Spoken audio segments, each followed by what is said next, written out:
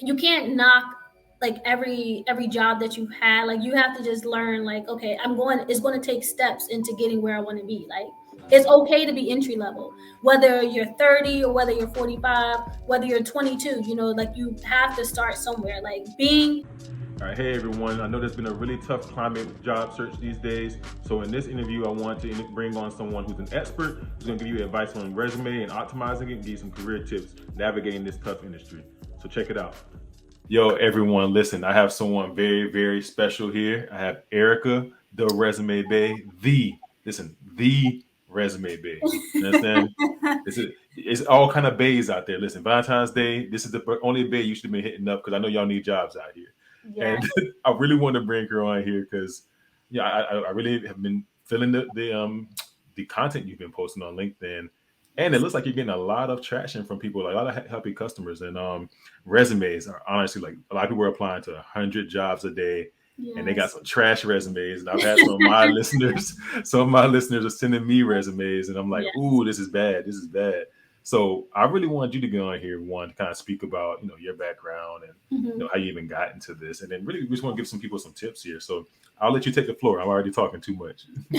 Well, I definitely got started on like on a whim. It was not intentional at all. It never was anything that crossed my mind.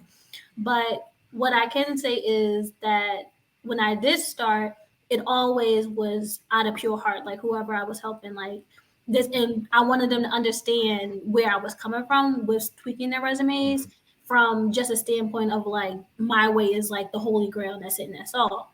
But honestly, with my layoff from my previous job with a staffing agency through Google, it allowed me to get, of course, clout because people were like, well, how did you get in? How did you get in? Like, Right. what was your resume like? And stuff like that. So once that question was out there, I was like, well, I can show you. And then people were like, oh, like, I like it. And to me, it just seemed very simple because I didn't really think that the perfect resume really existed, which even now it really doesn't, but it's just all in how you word your resume, is all in how you present it. So when I was talking to people and I was looking over their resumes and seeing contact information had their address or pictures on there, and they had hobbies listed there, they had just so much random stuff from 20 years ago. I was like, well, this may be the reason, like, respectfully, this may be the reason why you're not getting where you want to go because you're holding on either for too much information or you're not explaining enough information. And recruiters and hiring managers, they don't like to guess, and you don't want them to assume. Like if you are proficient in Excel, Airtable, Asana, whatever software Mm-hmm. tools that you are, and you're not presenting that, and especially if the job is asking for that, you don't want to wait to the interview to say, "Oh, like I am proficient. I do have 10 years. I know how to make pivot tables and stuff like that." You want to present that on your resume, like on Mm-hmm. paper. So your interview is kind of just like conversation. It's more of like, tell me about yourself. What do you feel is a good piece to be in the workforce and stuff like that? Like you don't want to constantly go over your resume in the interview. Yeah, it's funny because like that's something I kind of tell people. Like they've already looked at your resume. If they've invited you to an interview, they've already Mhm. considered you to be someone who's qualified. So Right. now it's like you're there to just kind of like it's yours to take. It's yours to Exactly. earn. So like now just hey, let's see if you really are that person you said you were on that resume. Let's talk about the Exactly. things that aren't really there. So you just kind of made like a really good point, right, about that interview. Hmm. How important is the resume to even getting an interview? It's so important. It's basically you on paper, like as in highlighting your skills.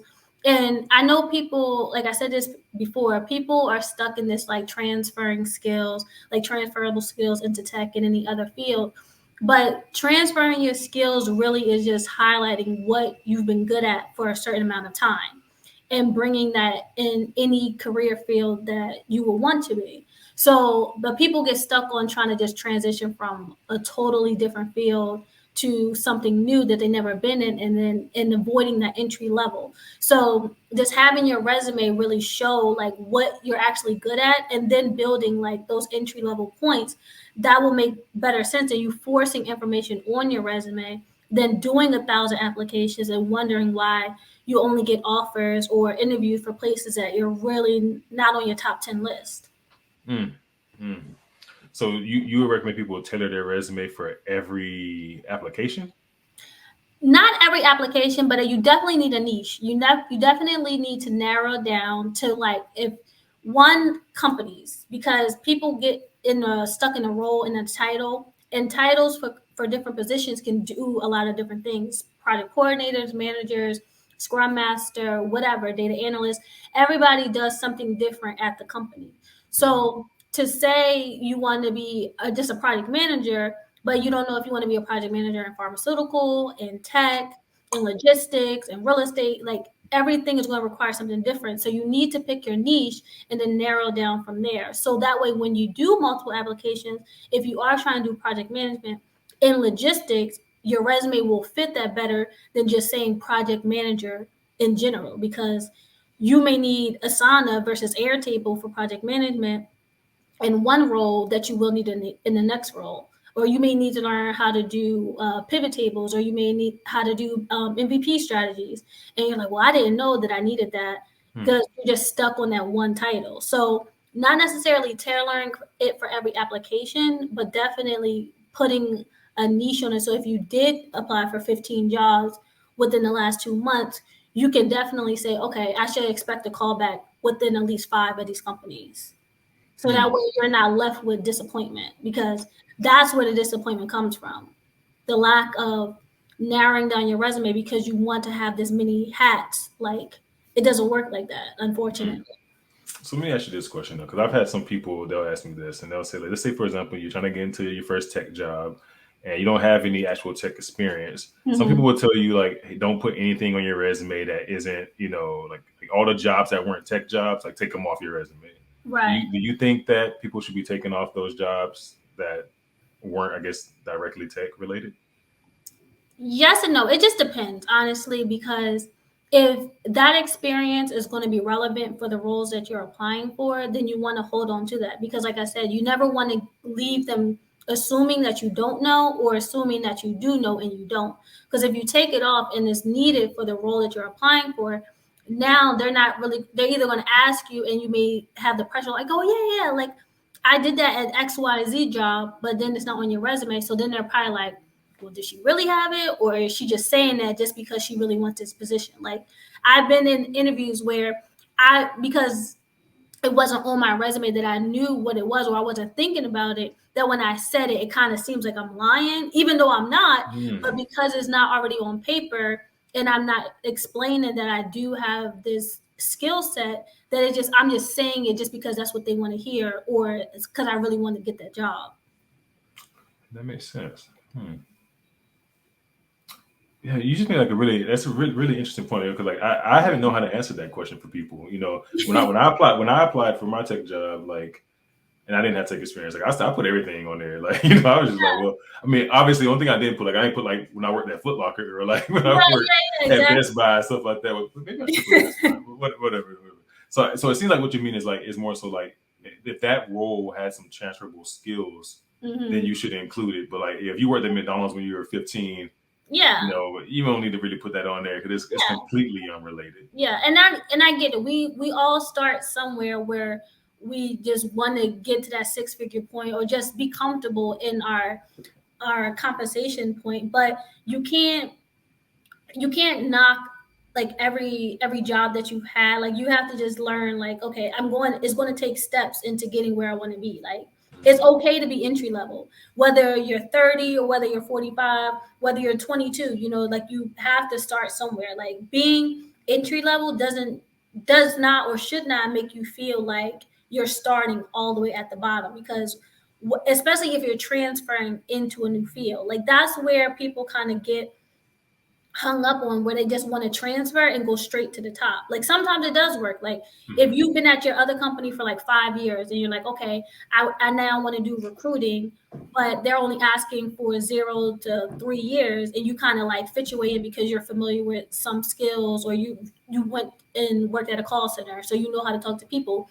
You may not necessarily start at the bottom, but you're still in a whole new field that you've never been in before. So you still are technically entry level, which is not a bad thing, because if you're transferring from call center to a recruiter, that's a new position for you. You've never been a recruiter before. So you take what you do know how to talk to customers, you know how to talk to clients, you know how to talk to Hmm. people, you know how to talk about bad situations and deliver good news, bad news, whatever. Like, you know how to deal with difficult situations. So you can provide that in a recruiter position when you have to tell a customer or client rather that, oh, you did get the job or you didn't get the job, or they wanted to bring you on, but at this offer, like you're able to handle difficult conversations. So you can carry that portion over, but Mm. to want to get be as like a mid-level recruiting position when you haven't ever had that experience before, you're going to be at entry level, but people just need to understand that it's not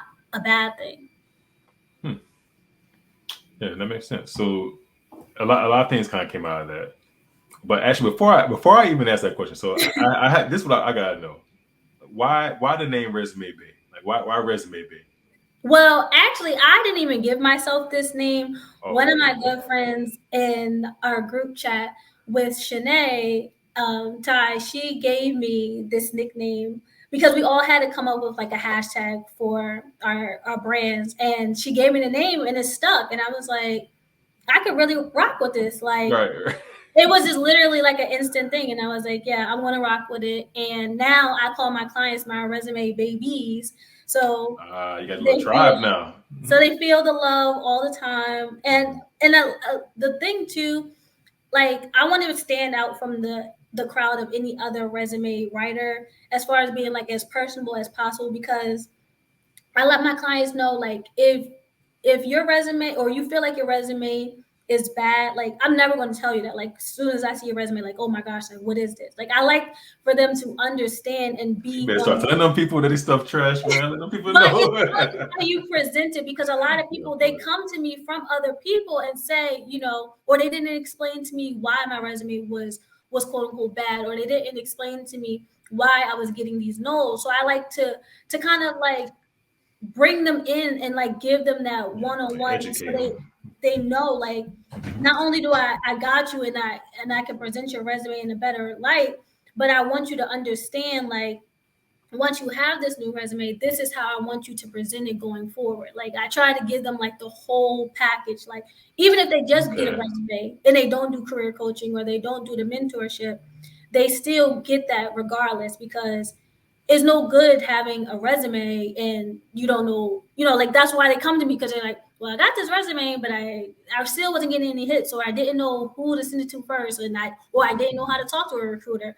I got a DM about a job opening, but I didn't really know how to accept the invitation because I wasn't sure what my resume was talking about, because this person just puts this random stuff on there. Right, So right. when I do their resumes, I go through it thoroughly with them, explain the changes, even through the process. Like, even though I have like the time frame and I try to keep it in with that 3 to 5 business time frame, things come up. So they'll send me different positions where I'm like, okay, we started off on this field, but now you thinking about doing this field. And I let them know, like, I don't think this is really going to work out for you just yet, because you don't have the skill set. So like I still coach them even during the middle of me doing the resumes. Like sometimes they were like, you know what, scratch that. Like let's start over, or let's do this. Like sometimes they'll start real high and be like, I want to work, at Microsoft and this is the jobs that I see. And I'm like, okay, I understand that, but let's start small and see what we can build on. And then I'm like, yeah,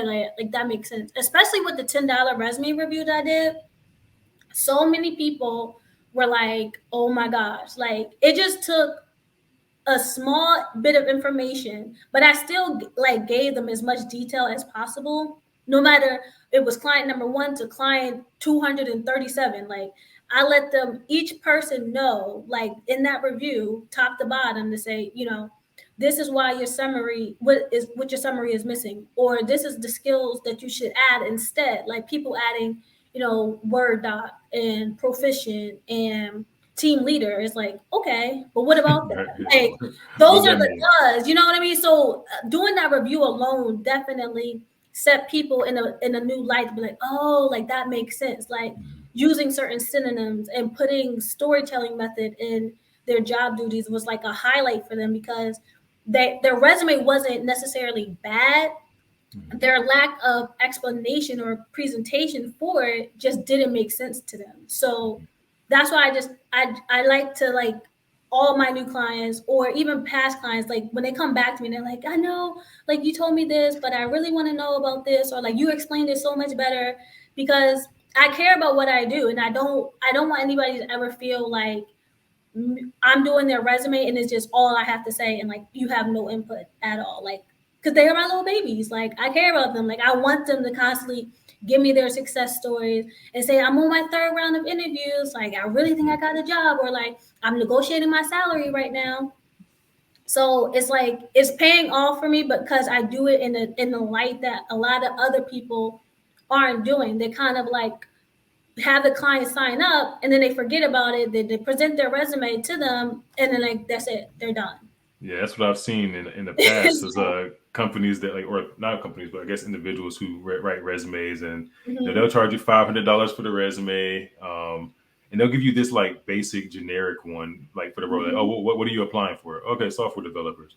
Here's a resume that is for a software developer, and then they don't explain it to that person, and then the person goes in and does get an interview based on that resume, but they didn't have any of that experience. So like you don't.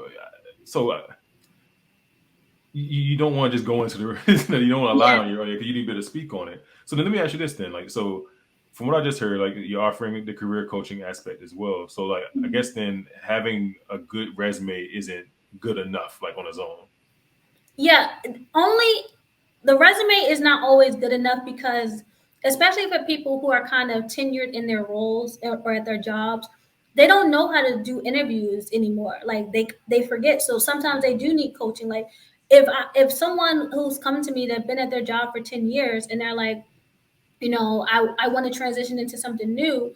I need a new resume. Yeah, you do need a new resume. But when that interview comes, you haven't done an interview in maybe like, let's not even stretch to say 10 years, but maybe like 5 years. Because they haven't needed to apply for another role. Or if they did apply, they didn't get to that point of interviewing. So they may forget how to answer basic questions or talking about themselves or talking about their skills. So I make sure, like, okay, like if you were to get an interview in 2 days, about this position, here's some questions they might ask you, and I run that through them so that way they're not like all in panic mode because Right. they have the resume, they got the interview, but how are you going to answer those questions? You know what I mean? So I try to map it out for them so they're well prepared because I never want anybody to be like, well, dang, like if she offers this service, why couldn't she help me at least a little bit? Because I know that's been me, like Mm-hmm. where especially if people don't have the funds to do like my class or do my mentorship,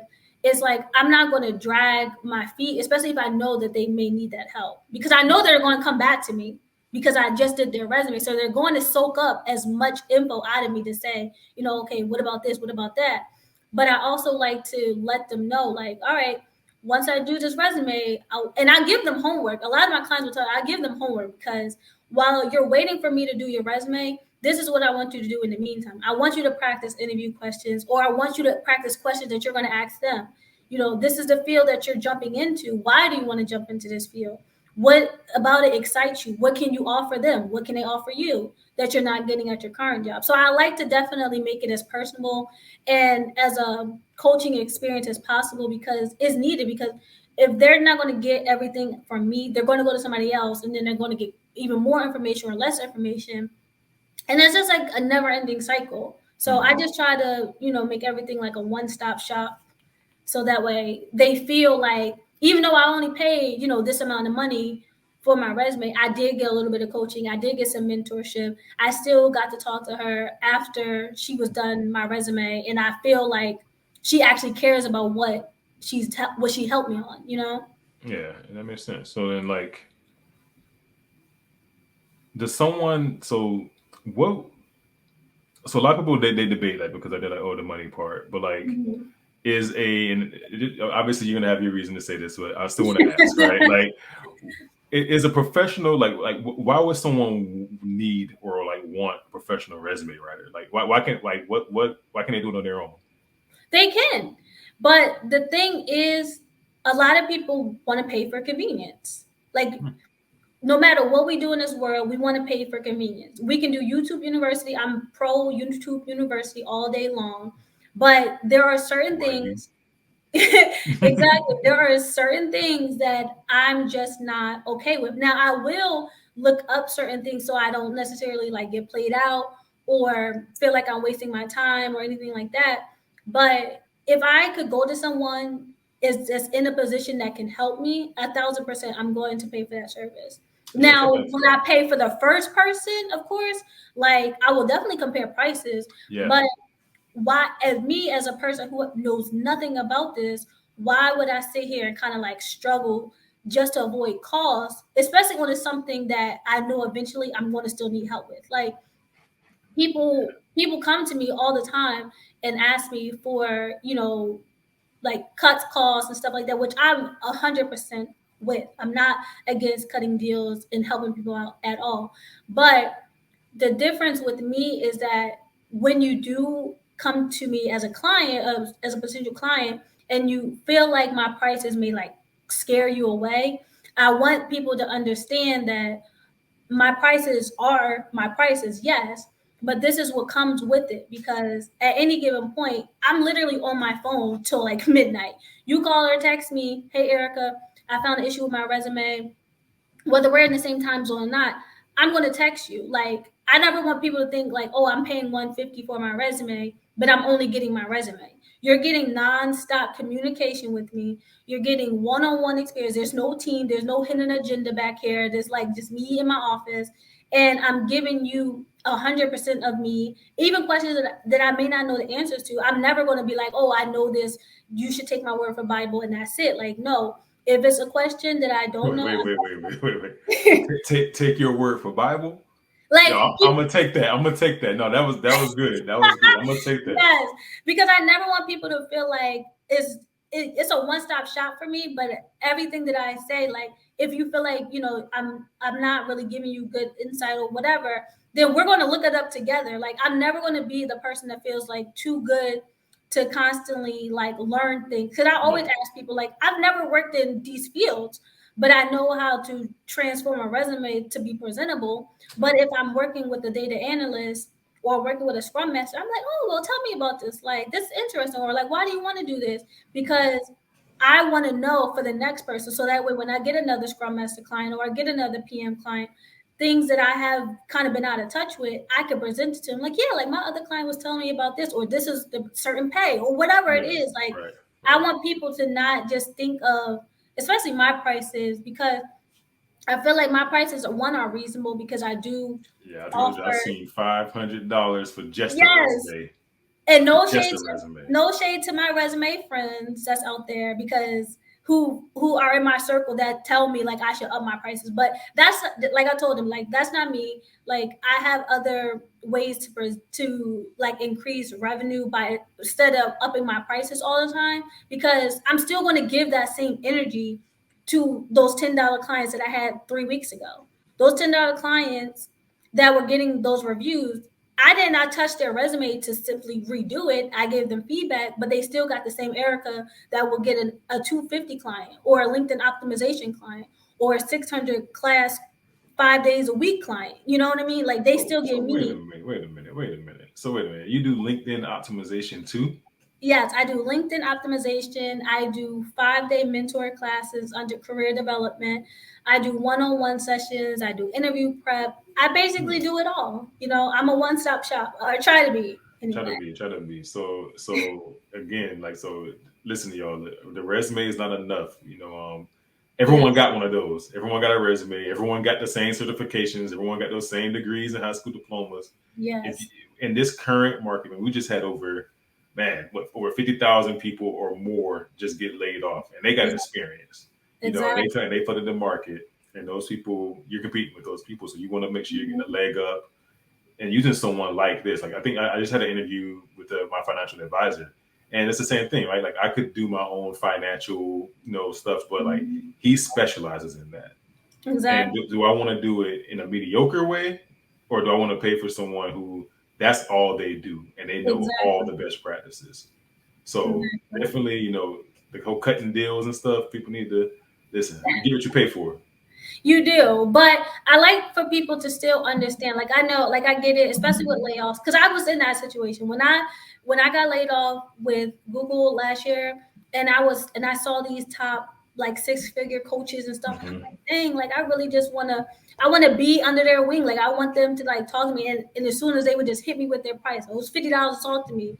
I was like, dang, like I just Just the want chat. just, so I Yeah. do get that, but Yeah. the difference that I've learned since then is that with me, I still check on my people from months ago, like my pro bono people that I was out here like asking just to get some more like experience under my belt, like especially my girl Kathy Medley. Go at Kathy. Kathy was my very first client.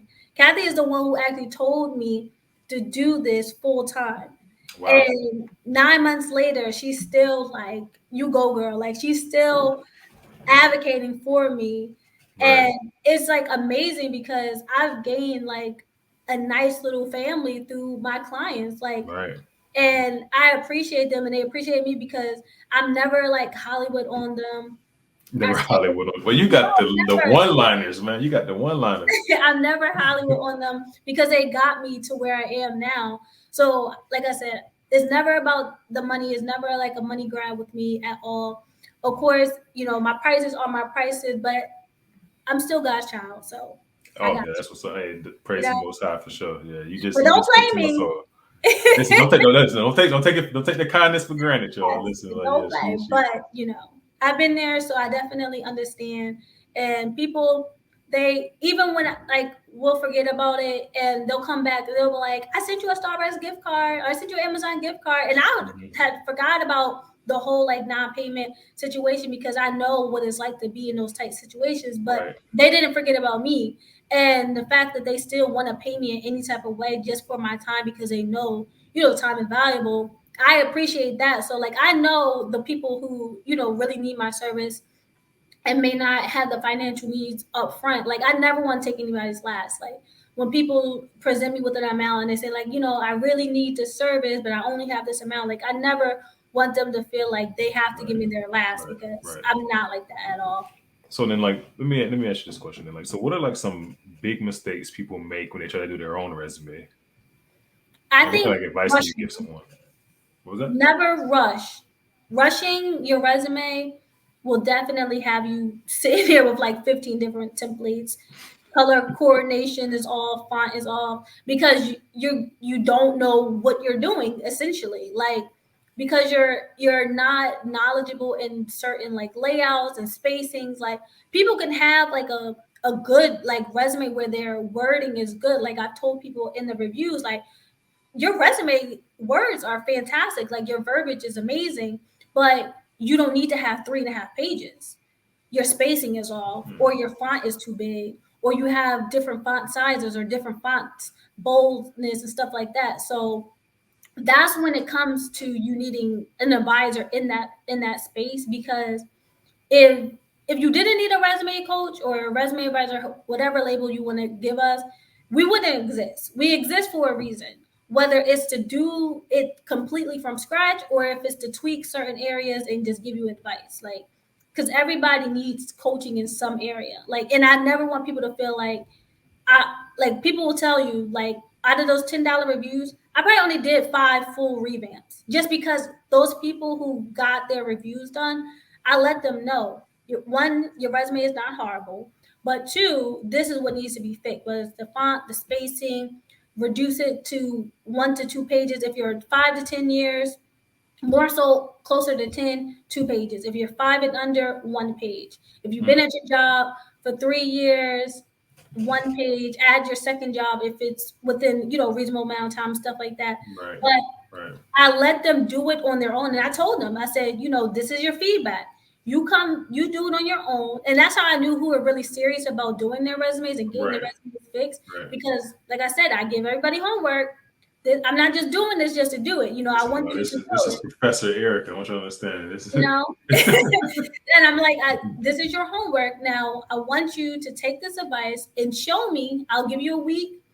Come back. You present your resume to me in using the advice that I Mhm. gave you. And they're like, it looks, they can even see it themselves. They're like, yo, this looks so much better, or this sounds so Wow. much better. This is way better than what I had before because what I'm saying is really not rocket science. There's no gatekeeping. A lot of resume mistakes is just lack of understanding how to say things in a better way.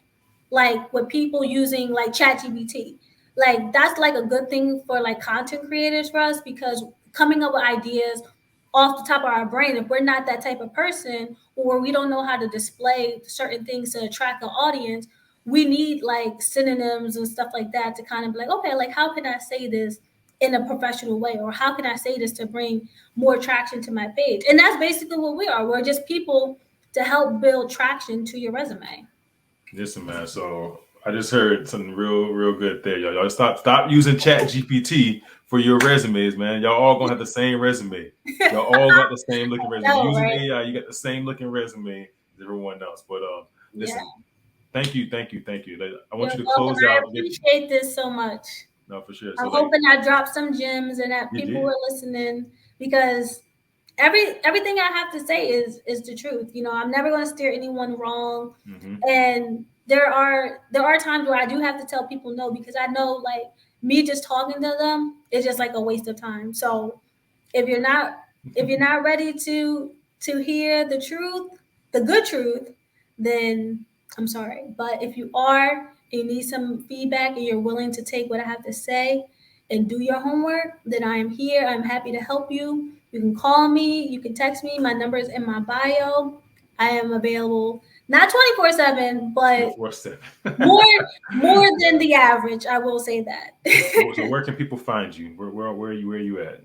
My website is www.ericasresumeworkshop.com. And actually, a new feature that I was able to add with my website is that you can now upload your resume straight to my website. So you don't have to worry about emailing me 2 or 3 resumes at a time. You can just upload your resume on the website and I will receive it.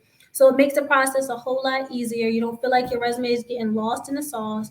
You send your information and what you're looking for all in one right on my website when you check out. I am on TikTok as well, same username, ericasresumeworkshop.com, and Instagram as well. All right. So listen, I'll make sure to post all those links and the different ways you can reach out to her in the description. But listen, Yes. y'all, again, thank you so much for being here and spit some game to my listeners. Y'all need help, and she can offer that. Y'all got problems, she can solve them. All right. Thank So you, Lee. I appreciate this so much.